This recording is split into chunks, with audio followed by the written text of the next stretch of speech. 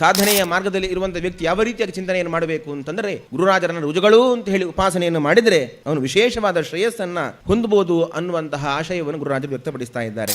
ನಾವು ಮಾಡುವಂತಹ ಪಾಪಗಳು ಎಷ್ಟಿದೆ, ಈ ಒಂದು ಕಡೆಯಲ್ಲಿ ಹೇಳ್ತಾರೆ, ಲಕ್ಷ್ಮೀದೇವಿಗೆ ಎರಡನ್ನು ಎಣಿಸ್ಲಿಕ್ಕಾಗೋದಿಲ್ಲ ಅಂತೆ.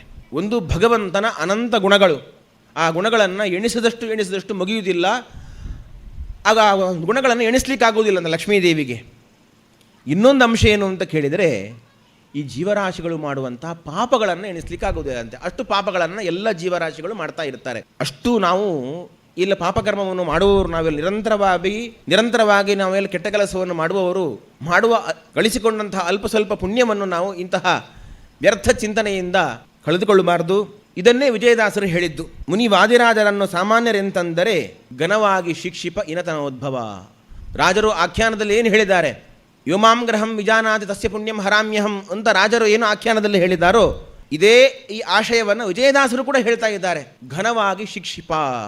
ಯಾರ್ಯಾರು ರಾಜರನ್ನ, ಸಾಮಾನ್ಯ ವ್ಯಕ್ತಿಗಳು ಇವರು ಮನುಷ್ಯರು, ಇವರಿಗೂ ಕೂಡ ವಿದ್ಯಾದಾರಿದ್ರೆ ಇದೆ ಅಂತೇಳಿ ಈ ರೀತಿಯಾಗಿ ವ್ಯರ್ಥವಾದ ಮಾತುಗಳನ್ನು ಆಡ್ತಾರೆ ನೋಡಿ, ಇಂಥವರು ಖಂಡಿತವಾಗಿಯೂ ಕೂಡ ಆ ದುಷ್ಫಲವನ್ನು ಖಂಡಿತ ಪಡಿತಾರೆ. ಇದನ್ನು ರಾಜರೂ ಆಖ್ಯಾನದಲ್ಲಿ ಎಚ್ಚರಿಸಿದ್ದಾರೆ. ಅಷ್ಟು ಮಾತ್ರವಲ್ಲ, ಅದನ್ನು ವಿಜಯದಾಸರು ಕೂಡ ಎಚ್ಚರಿಕೆ ಮಾತನ್ನು ಹೇಳಿ ಎಲ್ಲ ಸಜ್ಜನರನ್ನು ಎಚ್ಚರಿಸಿದ್ದಾರೆ. ಈ ರೀತಿಯಾಗಿ ಕೆಟ್ಟ ರೀತಿಯಿಂದ ಚಿಂತನೆಯನ್ನು ಮಾಡಬೇಡಿ ಅಂತ.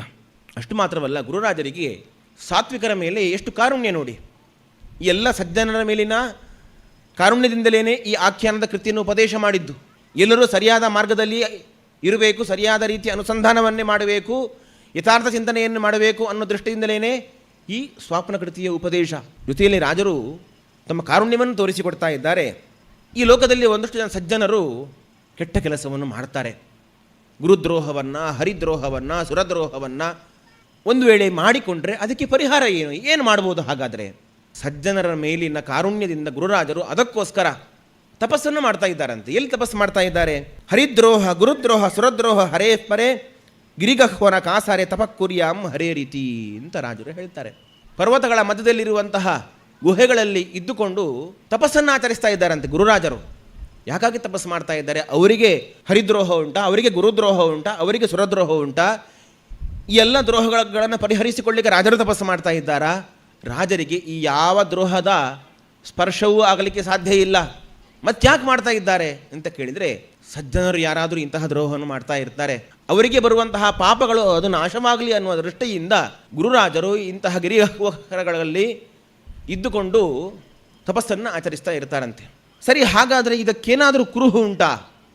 ರಾಜರು ಹೇಳಿದಂಥ ಈ ಮಾತಿಗೆ ಏನಾದರೂ ಉಲ್ಲೇಖ ಉಂಟಾ ಅಂತ ಕೇಳಿದರೆ, ಅದಕ್ಕೆ ನಮ್ಮ ಈ ಕರ್ನಾಟಕ ದೇಶದಲ್ಲಿ ಇರುವಂತಹ ದೇವರಾಯನ ದುರ್ಗ ಅಂತ ನೀವೊಂದು ಊರನ್ನು ಕೇಳಿರ್ಬೋದು. ಕರಿಗಿರಿ ಅಂತ ಹೇಳ್ತಾರೆ. ನರಸಿಂಹದೇವರ ಸನ್ನಿಧಾನ ಇರುವಂತಹ ಕ್ಷೇತ್ರ. ಗಿರಿಗಹ್ವರ ಕಾಸಾರೆ, ಅಲ್ಲಿ ಒಂದು ತೀರ್ಥ ಇದೆ, ಶ್ರೀಪಾದ ತೀರ್ಥ ಅಂತ ಇದೆ. ಕರಿಗಿರಿ ಪರ್ವತ ಇದೆ. ಆ ಪರ್ವತದ ಮಧ್ಯದಲ್ಲಿ ಒಂದು ಸಣ್ಣ ಗುಹೆ ಇದೆ. ಗುಹೆಯ ಒಳಗೆ ಶ್ರೀಪಾದ ತೀರ್ಥ ಅಂತ ಇದೆ. ಅಲ್ಲಿ ಬಂಡೆಯಲ್ಲಿ ಚಿತ್ರ ಒಡಮೂಡಿದೆ. ಹಯಗ್ರೀವ ದೇವರ ಚಿತ್ರ ಒಡಮೂಡಿದೆ. ಪಕ್ಕದಲ್ಲಿ ವಾಯುದೇವರ ಚಿತ್ರವೂ ಒಡಮೂಡಿದೆ. ಇನ್ನೊಂದು ಬದಿಯಲ್ಲಿ ವಾದಿರಾಜರ ಚಿತ್ರವೂ ಕೂಡ ಒಡಮೂಡಿದೆ. ಹಯಗ್ರೀವ ದೇವರ ಎಡಬಲಗಳಲ್ಲಿ ಸಮಾನವಾಗಿ ವಾಯುದೇವರ ಹಾಗೂ ವಾದಿರಾಜರ ಚಿತ್ರ ಒಡಮೂಡಿದೆ. ರಾಜರು ಹೇಳ್ತಾ ಇದ್ದಾರೆ, ಗಿರಿಗಹ್ವರ ಕಾಸಾರಗಳಲ್ಲಿ ನಾನು ಇದ್ದುಕೊಂಡು ತಪಸ್ಸನ್ನು ಆಚರಿಸ್ತಾ ಇದ್ದೇನೆ ಅನ್ನುವ ಮಾತನ್ನು ರಾಜರೇನು ಆಖ್ಯಾನದಲ್ಲಿ ಹೇಳಿದ್ದಾರೆ. ಅದನ್ನು ಸ್ಪಷ್ಟವಾಗಿ ನಾವು ಕರಿಗಿರಿ ಕ್ಷೇತ್ರದಲ್ಲಿ ಹೋಗಿ ನಾವು ಇವತ್ತಿಗೂ ಅದನ್ನು ದರ್ಶನ ಮಾಡ್ಬೋದು. ಈ ಸನ್ನಿಧಾನದ ದರ್ಶನವನ್ನು ನಾವು ಮಾಡಿದರೆ ನಮ್ಮ ಈ ಜನ್ಮದಲ್ಲಿ ಏನಾದರೂ ಇಂತಹ ದ್ರೋಹದ ಫಲಗಳು ನಮ್ಮಲ್ಲಿ ಇದ್ದರೆ, ಪ್ರಾರಬ್ಧ ಕರ್ಮಗಳು ನಮ್ಮಲ್ಲಿ ಇದ್ದರೆ, ಎಲ್ಲ ದುಷ್ಫಲಗಳನ್ನು ನಾವು ಅದನ್ನು ಕಳೆದುಕೊಳ್ಳಬಹುದು ಅಂತ. ಇನ್ನು ಹಾಗಾದರೆ ಕರಿಗಿರಿಗೆ ಹೋಗಿ ಎಲ್ಲರೂ ದರ್ಶನವನ್ನು ಮಾಡಿಕೊಂಡು ಬರೋಣ ಅಂತ ಅಲ್ಲಿಗೆ ಎಲ್ಲರೂ ನುಗ್ಗಬೇಡಿ. ಈಗ ಅಲ್ಲಿ ಎಲ್ಲರಿಗೂ ಹೋಗ್ಲಿಕ್ಕೆ ಬಿಡೋದಿಲ್ಲ. ಅಲ್ಲಿ ಬೀಗ ಹಾಕಿರ್ತಾರೆ. ಮತ್ತು ಎಲ್ಲರೂ ಭಕ್ತರು ಹೋಗಿ ಅಲ್ಲಿ ಒಂದಷ್ಟು ಮಾಲಿನ್ಯವನ್ನು ಮಾಡಿ ರಾಜರ ತಪಸ್ಸಿಗೆ ನಾವು ಭಂಗವನ್ನು ಮಾಡಬಾರ್ದು. ಮತ್ತು ಇನ್ನೇನು ಮಾಡಬೇಕು ಅಂದರೆ ನೀವು ಪ್ರಶ್ನೆಯನ್ನು ಮಾಡ್ತೀರಿ, ಆ ಪರ್ವತಕ್ಕೆ ಒಂದು ನಮಸ್ಕಾರವನ್ನು ಮಾಡಿ. ಅಲ್ಲಿ ಗುರುರಾಜರ ಸನ್ನಿಧಾನ ಇದೆ ಅಂತ ನೀವು ಮನಸ್ಸಲ್ಲಿ ಅನುಸಂಧಾನವನ್ನು ಮಾಡಿಕೊಳ್ಳಿ.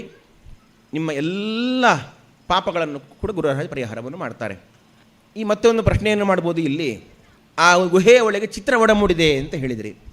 ಈ ಚಿತ್ರವನ್ನು ಯಾರಾದರೂ ಕೆತ್ತಿರ್ಬೋದಲ್ವಾ ಅಂತನೂ ಪ್ರಶ್ನೆ ಬರ್ಬೋದು ನಿಮಗೆ. ಈ ಒಂದು ಬಾರಿ ಈ ಗುಹೆಯನ್ನು ನೋಡಿದವರಿಗೆ ಈ ಪ್ರಶ್ನೆ ಬರಲಿಕ್ಕೆ ಸಾಧ್ಯ ಇಲ್ಲ. ಆಗ ಗುಹೆಯ ಒಳಗೆ ಪ್ರವೇಶ ಮಾಡಿದರೆ ಒಬ್ಬ ವ್ಯಕ್ತಿಗೂ ನಿಲ್ಲಿಕ್ಕಾಗದೇ ಇರುವಷ್ಟು ಜಾಗ ಅಲ್ಲಿದೆ. ಅಂತಹ ಪ್ರದೇಶದಲ್ಲಿ ಅಲ್ಲಿ ಚಿತ್ರ ಒಡಮೂಡಿದೆ ಅಂತಂದರೆ ಅಲ್ಲಿ ಹೋಗಿ ಕೆತ್ತಲಿಕ್ಕೆ ಸಾಧ್ಯವಾ? ಅದು ಕೆತ್ತುವಂಥ ಜಾಗವೂ ಅಲ್ಲ. ಅಂತಹ ನಿಗೂಢವಾದಂತಹ ಗುಹೆ ಒಳಗೆ ಇದ್ದುಕೊಂಡು ಗುರುರಾಜ ತಪಸ್ಸನ್ನು ಆಚರಿಸ್ತಾ ಇದ್ದಾರೆ. ಸರಿ, ಹಾಗಾದರೆ ನಿಮಗೆ ಅಲ್ಲಿಗೆ ಹೋಗ್ಲಿಕ್ಕೆ ಆಗೋದಿಲ್ಲ, ಅಲ್ಲಿಗೆ ಹೋಗೋದೂ ಬೇಡ, ನಾವು ಮತ್ತಿನ್ನೇನು ಚಿಂತನೆ ಮಾಡ್ಬೋದು ಈ ಕ್ಷೇತ್ರವನ್ನು ಅಂತ ಕೇಳಿದರೆ, ಈ ಗುರುರಾಜರ ಮಾತನ್ನು ಸೋದಾ ಕ್ಷೇತ್ರಕ್ಕೆ ಇಟ್ಟುಕೊಂಡು ನಾವು ಅನ್ವಯವನ್ನು ಮಾಡಿಕೊಳ್ಬೋದು. ಗಿರಿಗಹ್ವರ ಕಾಸಾರೆ ಅಂತಂದರೆ ಅಲ್ಲಿ ಕಾಸಾರ ಅಂದರೆ ಸರೋವರ, ದಳಗಂಗಾ ಸರೋವರ ಇದೆ. ಸರೋವರದ ಸಮೀಪದಲ್ಲಿ ಗುಹೆ ಇದೆ. ಗುಹೆ ಅಂದರೆ ಯಾವ ಗುಹೆ ಅಂತ ಕೇಳಿದರೆ ಹಯಗ್ರೀವ ಗುಹಾ ಅಂತ ರಾಜರು ಹೇಳ್ತಾರೆ. ಪುರಾಣದಲ್ಲಿರುವಂತಹ ಮಾತು ಇದು. ಆ ಹಯಗ್ರೀವ ಗುಹಾ ಇರುವಂತಹ ಸ್ಥಳದಲ್ಲಿ ರಾಜರು ವೃಂದಾವನ ಪ್ರವೇಶವನ್ನು ಮಾಡಿದ್ದು. ರಾಜರು ಇವತ್ತೇನು ವೃಂದಾವನ ಪ್ರವೇಶ ಮಾಡಿದರೆ ಆ ಜಾಗ ಅದು ಹಯಗ್ರೀವ ದೇವರ ಗುಹಾ, ಹಯಗ್ರೀವ ಗುಹಾ ಅಂತ. ಗಿರಿಗಹ್ವರ ಕಾಸಾರೆ ತಪಕ್ಕುರ್ಯಾಂ ಹರೇ ರೀತಿ ಅಂತಂದರೆ ಗುರುರಾಜರು ಒಂದು ರೀತಿಯಲ್ಲಿ ದಳಗಂಗಾ ತೀರದಲ್ಲಿ ಆ ವೃಂದಾವನದ ಸನ್ನಿಧಿಯಲ್ಲೇ ಇದ್ದುಕೊಂಡು ಅವರು ತಪಸ್ಸನ್ನು ಆಚರಿಸ್ತಾ ಇದ್ದಾರೆ ಅಂತೇಳಿ ನಾವು ಅನುಸಂಧಾನವನ್ನು ಮಾಡಿದರೆ, ಅಲ್ಲಿ ಹೋಗಿ ಅಂತಹ ಸನ್ನಿಧಾನದ ದರ್ಶನವನ್ನು ನಾವು ಮಾಡಿದೆವು ಅಂತಾದರೆ ನಮ್ಮ ಈ ಜನ್ಮದ ಜನ್ಮಾಂತರದ ಎಲ್ಲ ಪ್ರಾರಬ್ಧ ಕರ್ಮಗಳನ್ನು ಕೂಡ ಗುರುರಾಜರು ನಾಶ ಮಾಡಿ ನಮಗೆ ಸಾಧನೆಯ ಮಾರ್ಗದಲ್ಲಿ ಹೋಗುವಂತೆ ನಮಗೆ ದೊಡ್ಡ ಅನುಗ್ರಹವನ್ನು ಮಾಡ್ತಾರೆ. ಇಂತಹ ಚಿಂತನೆ ನಮ್ಮ ಜೀವನದಲ್ಲಿ ದಿನನಿತ್ಯದಲ್ಲಿಯೂ ಕೂಡ ಬರಲಿ ಅಂತೇಳಿ ಗುರುರಾಜರಲ್ಲಿ ವಿಶೇಷವಾಗಿ ಪ್ರಾರ್ಥನೆಯನ್ನು ಮಾಡೋಣ ಅಂತ ಹೇಳ್ತಾ ಇವತ್ತಿನ ಈ ಉಪನ್ಯಾಸವನ್ನು ಮುಕ್ತಾಯಗೊಳಿಸ್ತಾ ಇದ್ದೇವೆ. ಶ್ರೀಕೃಷ್ಣ ಅರ್ಪಣಮಸ್ತು.